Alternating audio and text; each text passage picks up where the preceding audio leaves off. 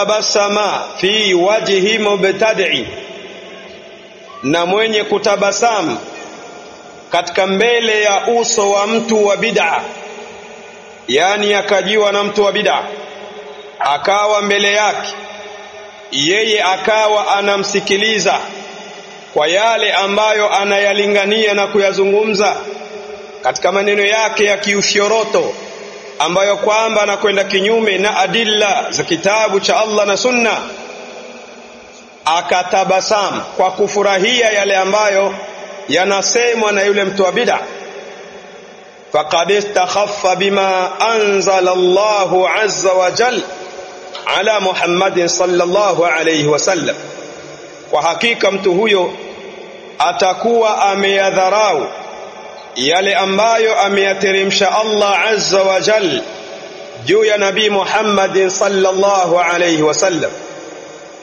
Ukifurahi, ukatabasamu, ukachekelea mbele ya uso wa mtu wa bid'a, yani hili lajulisha kwamba wewe umedharau Qur'an, umedharau sunna aliyoteremshiwa Mtume Muhammad sallallahu alayhi wasallam.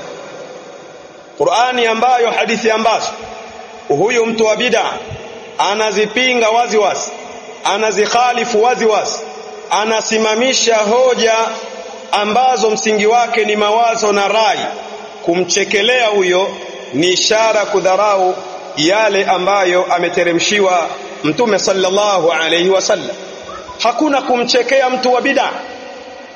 Unachekea jambo gani alilolifanya mtu wa bid'a?